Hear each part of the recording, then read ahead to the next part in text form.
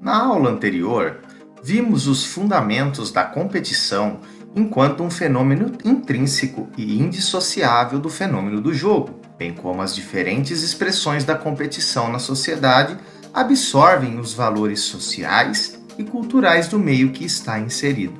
Estabelecido o ponto inicial em que a competição é elemento fundamental do jogo, avancemos agora sobre uma das mais controversas discussões sobre esse fenômeno nos últimos tempos.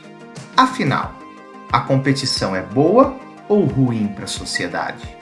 Devemos realmente acabar com a competição? E na escola, será que a competição deve ser abolida? A educação física deve buscar superar a competição, entendendo-a como danosa para a aprendizagem dos e das estudantes? Bem, perguntas como essa têm se tornado muito frequente entre educadores e educadoras, estudiosos e estudiosas do tema. O problema é que as discussões acerca da competição, principalmente no âmbito escolar, estão há muito tempo polarizadas e sendo alimentadas à base de contradições. Consequentemente, repelem qualquer possibilidade de diálogo. Tal dualismo impede a compreensão da competição em sua complexidade e dificulta a ampliação da discussão para além do bem e do mal. Afinal de contas, não podemos simplesmente negar a competição e tampouco dar um valor inferior a ela, especialmente quando se trata de competições escolares. E se estamos falando de uma competição empreendida na escola, ao qual se pressupõe um compromisso com a educação do sujeito, entendemos que esta deve estar consciente de suas particularidades e funções, pois a competição em si não é boa ou má, ela é o que fazemos dela. Sendo assim, é inegável que as competições escolares fazem parte de um fenômeno cultural nas escolas, e negá-las pode representar a supressão de uma importante manifestação cultural e uma poderosíssima ferramenta de ensino e aprendizagens. Portanto, se a competição vai assumir um papel bélico, conflituoso, desproporcional, desigual e interessado apenas no resultado final, ou se essa mesma competição vai assumir valores elevados, de alcançar uma satisfação individual e coletiva, de ir ao encontro de um prazer revelador e de buscar o ser mais, vai depender de como e quem regerá essa competição.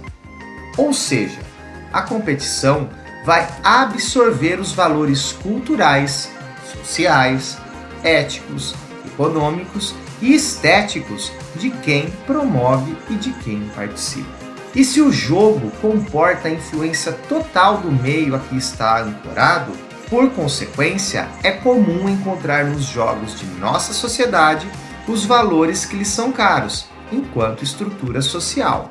Logo, é muito comum encontrar jogos nas sociedades capitalistas impregnados sobremaneira pela ideologia da mais-valia, das atitudes que se justificam pelos seus fins, da busca exacerbada pela vitória a qualquer preço, do enaltecimento do vencedor em detrimento e humilhação do perdedor. É nessa sociedade que o esporte moderno nasce, o mesmo esporte que dissemos anteriormente ser jogo. Vejamos um exemplo. Imagine uma competição escolar que culturalmente chamamos de interclasses.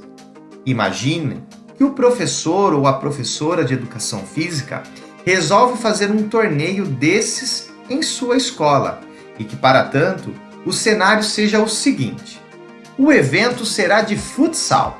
Somente os meninos poderão participar, já que as meninas não sabem jogar ou não gostam. As regras serão as oficiais do futsal. Cada turma deverá ter no máximo 10 jogadores e que, de preferência, seja a seleção dos melhores da turma. Conseguiu imaginar? Embora exagerado, perceba que o exemplo citado foi intencionalmente apresentado a partir de estereótipos que revelam uma prática ainda muito comum nas escolas quando promovido esse tipo de evento. ou seja, a visão de um esporte hegemônico e elitista que reproduz no interior da escola algo bastante distante de um evento pensado para fins pedagógicos. Agora, vejamos um outro exemplo.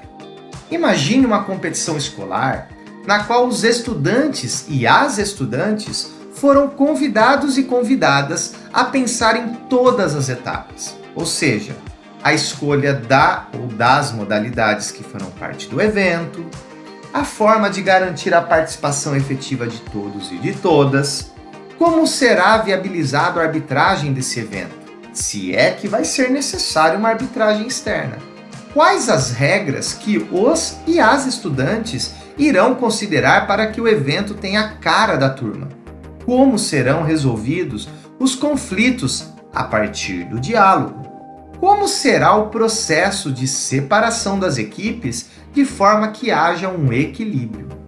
Bem, o exemplo que trazemos agora não ignora a competição, mas atribui-lhe um valor totalmente diferente, ou seja, busca o desenvolvimento de habilidades que vão além do jogo e do evento em si.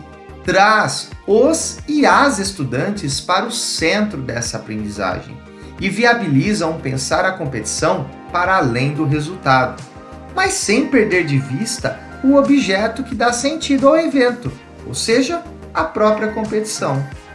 A partir desses exemplos, é possível vislumbrar as competições escolares ou jogos escolares como uma importante ferramenta da educação física para proporcionar aprendizagens significativas. De outra forma, reconhecer as imensas potencialidades educativas que a competição pode oferecer aos e às estudantes. E aqui, finalizo com uma provocação. Que tipo de evento competitivo a escola deve fomentar? Uma competição alienante que irá satisfazer alguns poucos ou algumas poucas estudantes? Ou uma competição humanizada que garanta o direito de aprender de todos e todas?